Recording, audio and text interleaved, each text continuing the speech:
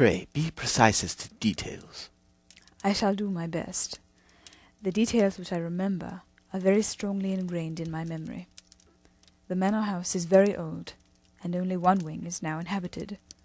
The bedrooms in this wing are on the ground floor, the sitting rooms being in the central block of the buildings. The first of these bedrooms is Dr. Roylett's, the second my sister's, and the third my own. There is no communication between them, but they all open out into the same corridor. Do I make myself plain? Perfectly so. The windows of the 3 rooms open out onto the lawn. That fatal night, Dr. Roylett had gone to his room early. We knew that he was not asleep, because my sister was troubled by the smell of the strong Indian cigars which he habitually smoked. She left her room, therefore, and came into mine, where she sat for some time and chatted with me about her approaching wedding. At 11 o'clock she rose to leave, but she paused at the door and looked back. Tell me, Helen, have you ever heard anyone whistle in the dead of the night? Never. I suppose that you cannot possibly whistle yourself in your sleep. I certainly do not think so. But why?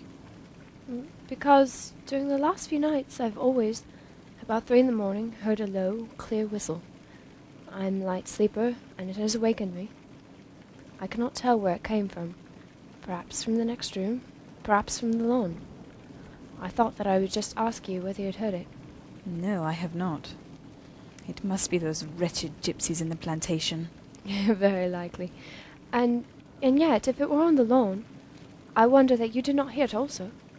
True, but I sleep more soundly than you. Well, it is of no consequence at any rate.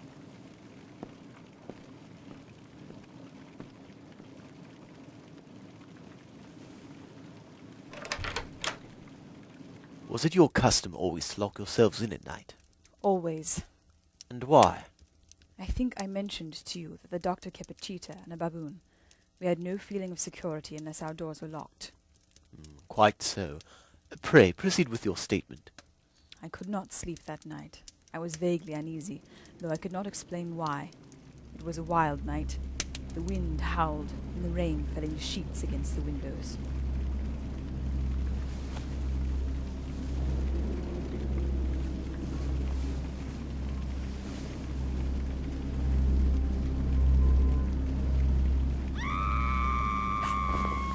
Julia?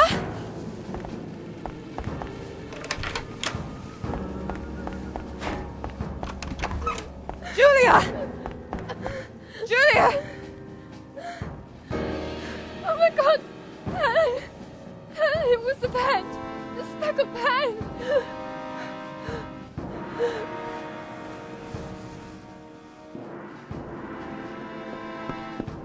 What's happened? Here, she's unconscious.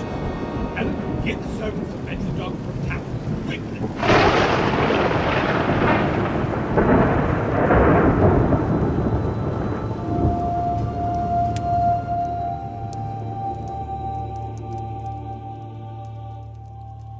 But all efforts were in vain, for she slowly sank and died without having recovered her consciousness.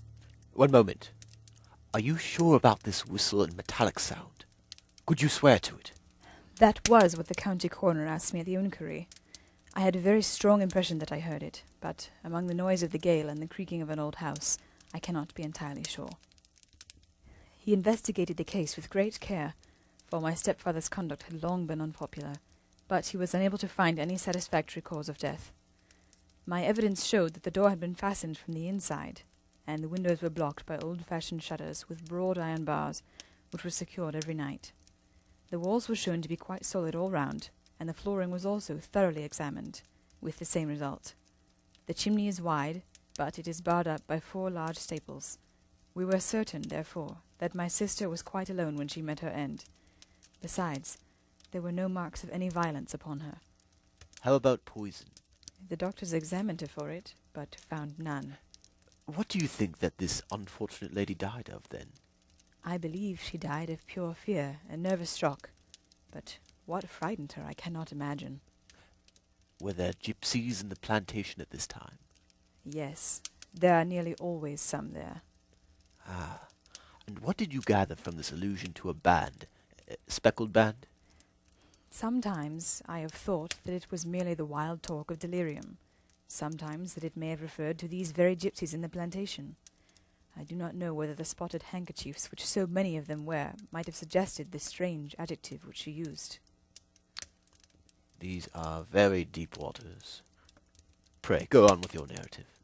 2 years have passed since then, and my life has been until lately lonelier than ever. A month ago, however, a dear friend, whom I have known for many years, has done me the honour to ask my hand in marriage.